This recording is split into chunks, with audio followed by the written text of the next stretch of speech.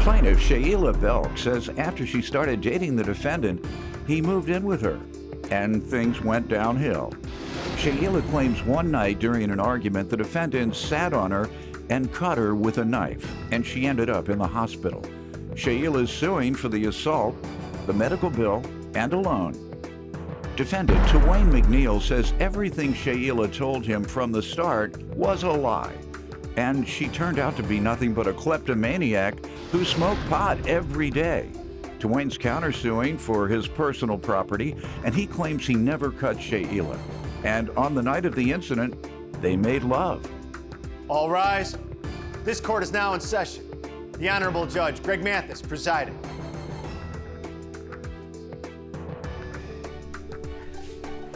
You may now be seated. Start with you. Mr. McNeil and I met in 2015 toward the end of August, first part of September. We became very close very quickly. My father died suddenly in November. After he passed, Mr. McNeil lost his home. I allowed him to move into what was my father's home at the time, which passed over to me. I allowed him and his dog to move in. He had a pit bull. I have a Shih Tzu, and so we lived in the home together. He was not working at the time. I paid all my bills. I paid his bills. I got his dog groomed when I got my dog groomed. How long did you have to do that? Months, at least 3. Okay, and how long did he ultimately live with you? I would say about 6 months. Why did he leave?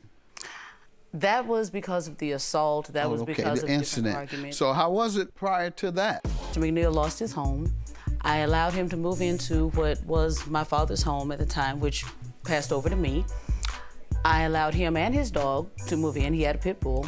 I have a Shih Tzu, and so we lived in the home together.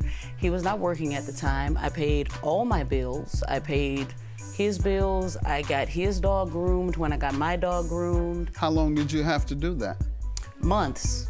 Plaintiff Shaila Belk dated the defendant, but she claims one night during an argument, he sat on her and cut her with a knife. Was it tumultuous? What happened? It was kind of tumultuous. We argued a lot, mainly because of things I found out about, things he found out about. What he found out about was that, I'll just admit, I had talked to other guys, basically because I had lost respect for him as a man, because he wasn't working, he wasn't helping me, he wasn't doing anything. You knew that when he moved in.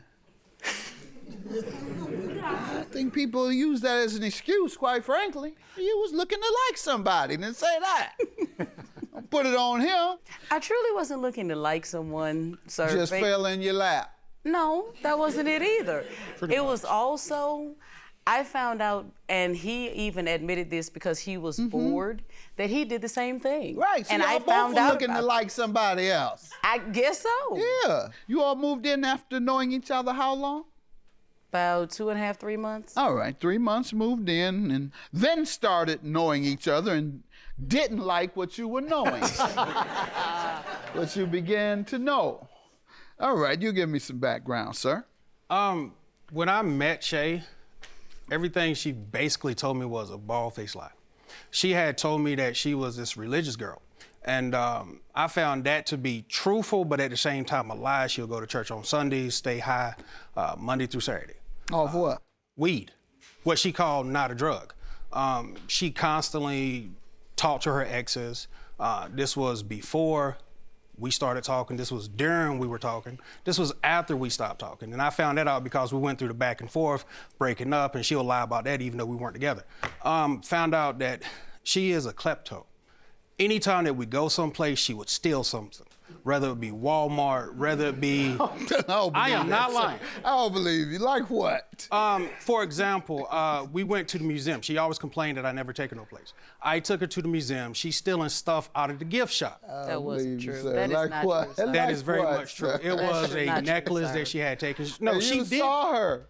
I didn't No, see her, sir. but I seen the product in her hand. She paid And for you know, what's in you it. all standing at the register when you left, and that wasn't at the register. It wasn't But at it the was register. at home when you got home. It was in her purse when she got home. Her response was, I didn't realize I took it. That's not true, sir. And- What else? Give me another example. Okay, another That's just example. one. She had purchased a cabinet, and the cabinet had some missing pieces out of it.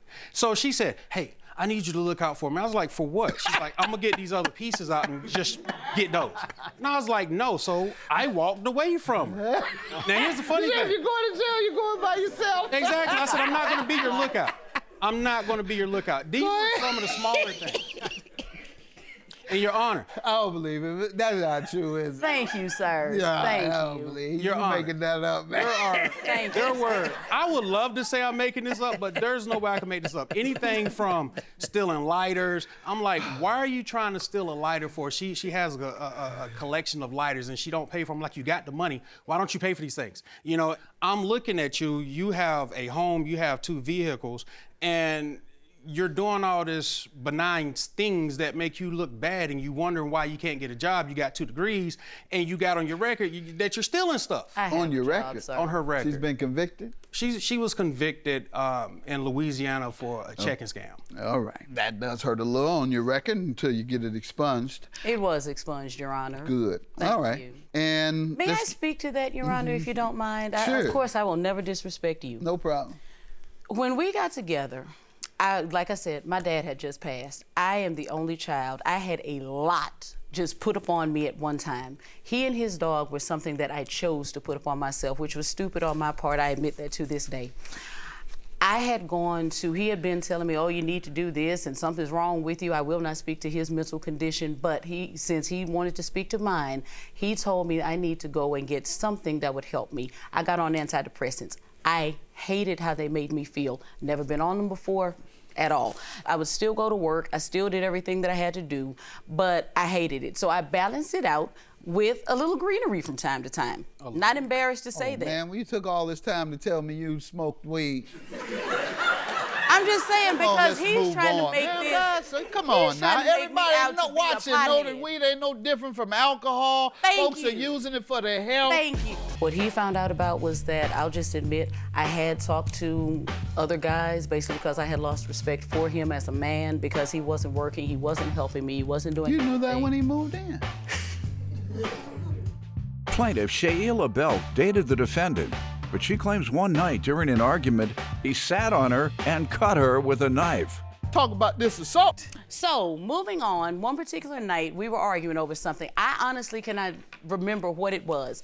He walked away, but he came back with a knife in his hand, and he looked me in my eye. I have never seen... That is a lie. Got her finished. I have sir. never seen anybody look me in my eye like that. It was a look of fear and evil I have never seen before. He sat on me, put a knife to my face, said, I will end this all right now, and I don't will know go what to the jail for argument the rest was of my about, life. man? I cannot remember what it was about. It was that petty.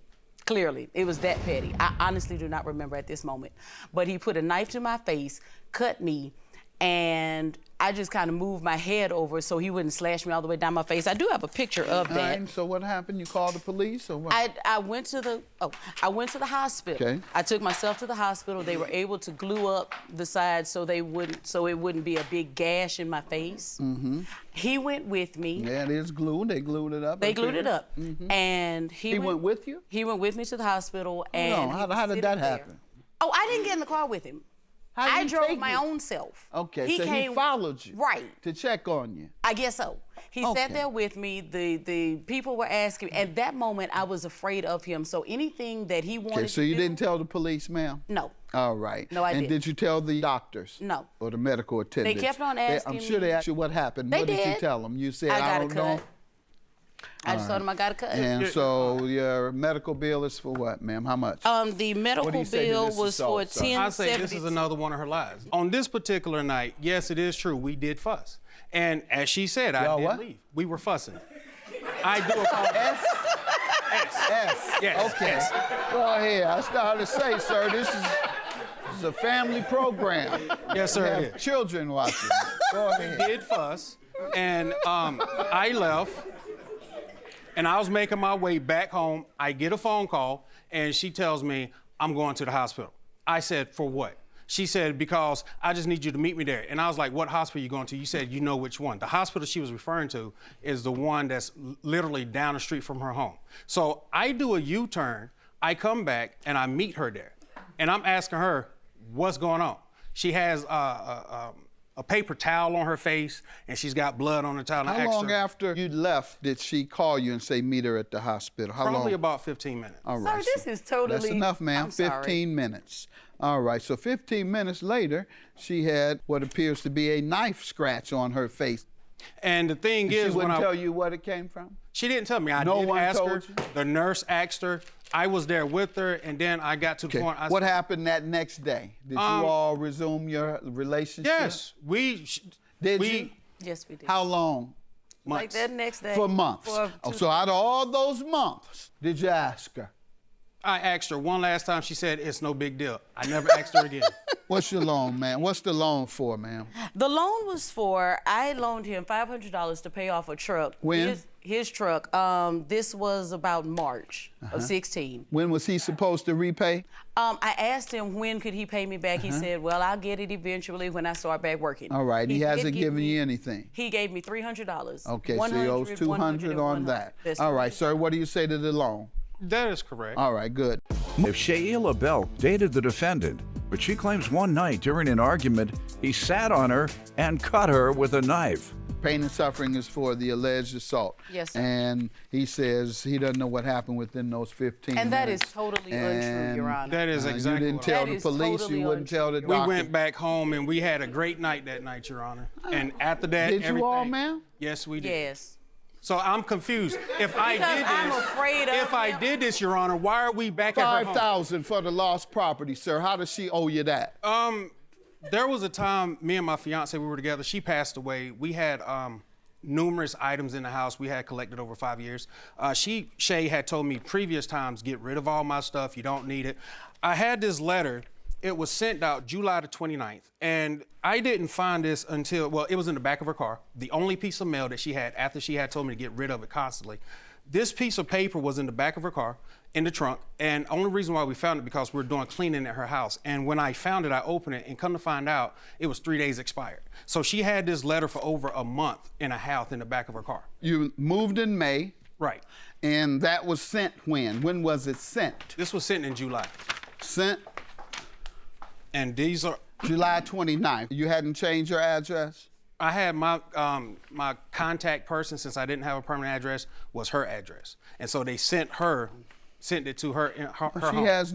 She has no obligation to go out of her way to send you mail. And that's what people need to understand. You leave, you go straight to the post office. You say, forward my stuff to such and such, or you don't have a place to live. Post office box. That's what post office boxes are for, sir. For people who don't have a place to live, I will grant you, ma'am, your loan for $200. I'm not convinced about the assault, and your counterclaim is dismissed. You all have a good day. I have nothing to say to him ever again in life. I'm done. I truly feel this was a waste of time.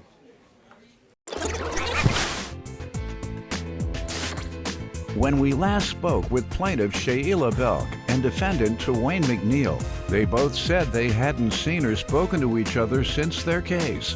Shaila still insists Twain assaulted her with a knife, but Twain maintains his innocence and says Shaila lied in court. Twain is now married with a child and is focused on his writing career.